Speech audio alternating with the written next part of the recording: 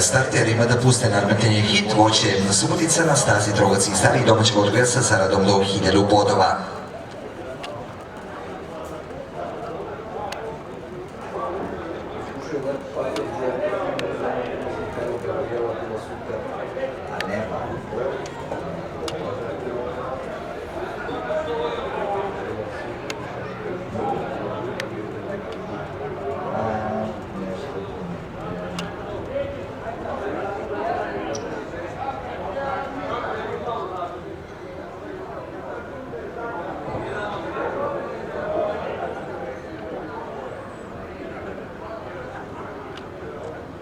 Start trke Estonija na čelu ovog nadmetanja u problemima Jormajn JMH, u galopu i Galaktika sa Zoranom Živojinovićem. Estonija sa Milodanovićem uzela čelo, bilo broj 1 Galaktika sa Živojinovićem, isključenje zbog dugog galopa, druga pozicija, ali u galopu je Salvador sa Branom Mukićem, treća pozicija za Tudeje Vina Lux i Dejana Katrića, na četvrtoj poziciji nalazi se Jana Desajan, gošća iz Kragujevca sa Nikolom Simovićem.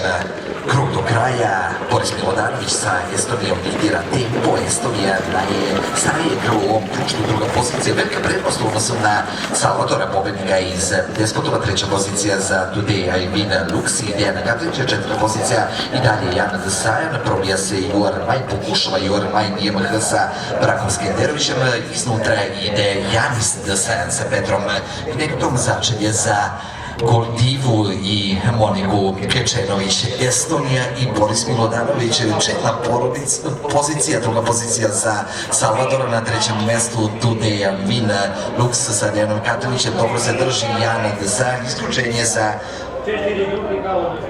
Salvadora i Branislava Mukića. Ne uspeva Salvador, a ne uspeva ni Goldiva koja je takođe isključena, pa da vidimo ko ostaje u toj borbi. Ostaju Estonija i ostaje Tudej Vin Lux sa Dejanom Katrićem, treća pozicija za Janu Desajan i Nikolu Simovića. Estonija izjednačila se sa njom Tudej Vin Lux.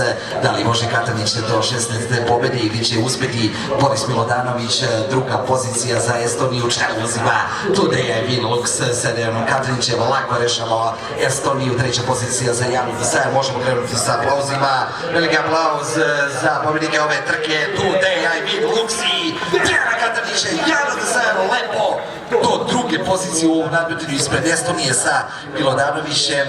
Sada će kroz cilj proći i Janis Desajan, Globrej 7 sa Petrom Podlasnićem, a sada će čestitati i uručiti trofej porodici Kiš gospodin Stipan Brajkov, Tudej Vin Lux, treća pobjeda u karijeri, treća u Subotici, druga u sezoni, slavilo ovde na otvaranju 21. aprila Tom Skorom Sandorom Verebom.